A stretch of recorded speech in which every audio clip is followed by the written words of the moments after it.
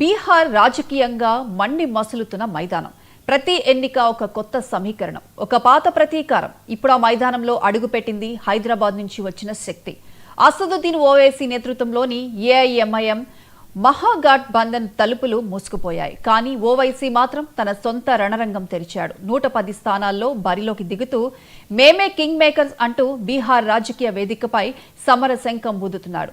ఇక సీమాచల్ ప్రాంతం నుండి మొదలైన ఈ దండయాత్ర మొత్తం బీహార్ మ్యాప్ ని కుదిపేస్తోందా? ఇది కేవలం ఎన్నిక కాదు, ఓటు బ్యాంకుల యుద్ధం, భవిష్యత్తు రాజకీయం నిర్ణయించే దంగల్.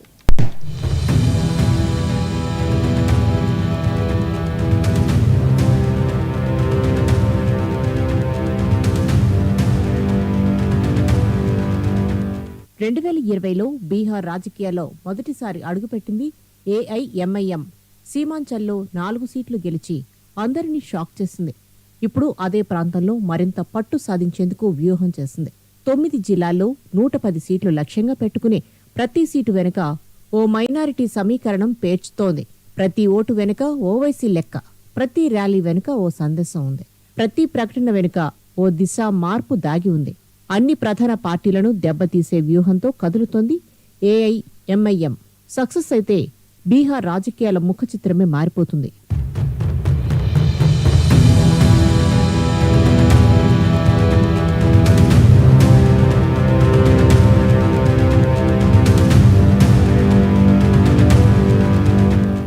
మొదట మహాగఠబంధన్తో కలిసే ఆలోచన ఆర్జేడీ సై అనింది.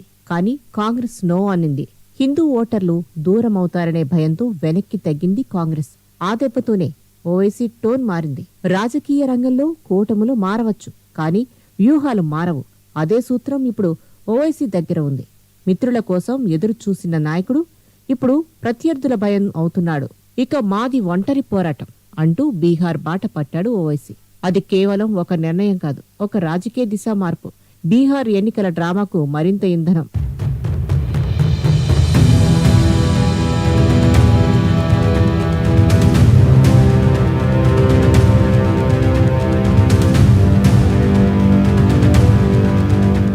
ఇప్పుడు ఏఐఎంఐఎం లక్ష్యం స్పష్టంగా ఉంది.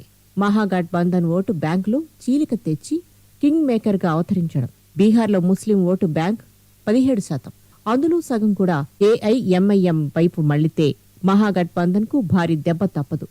బీజేపీ మాత్రం సైలెంట్ గా ఈ గేమ్ ను గమనిస్తుంది. ఓటు లెక్కలే కాదు, ఆలోచన లెక్కలు కూడా మారిపోతున్నాయి. ఎంఐఎం ఆడుతున్న ఈ రాజకీయ ఆట ఊహించని ఎండింగ్ కు దారి తీస్తుందేమో. ఎందుకంటే ప్రతి దెబ్బ తర్వాత బీహార్ మ్యాప్ మారిపోతుంది.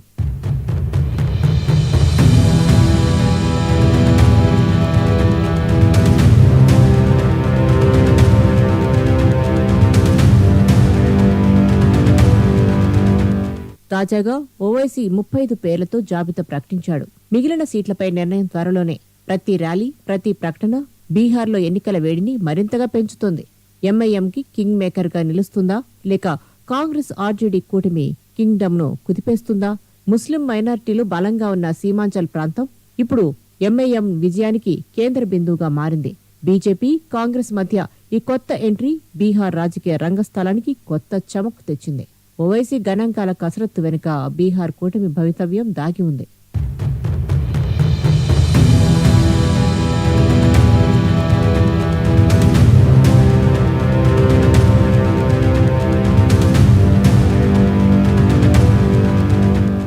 హైదరాబాద్ నుంచి ఎదిగిన ఏఐఎంఐఎం జెండా ఇప్పుడు గంగా నది తీరాలపై రెపరెపలాడుతోంది. ఊహించని రీతిలో బీహార్ రాజకీయాల్లో గేమ్ సెట్ చేస్తోంది. ముస్లిం ఓటు బ్యాంకు ఎటు మొగ్గుతుందో, కింగ్ మేకర్ ఎవరో? ఈసారి బీహార్ ఓట్ల తీర్పు ఒక రాజకీయ థ్రిల్లర్ కాదు, భవిష్యత్తు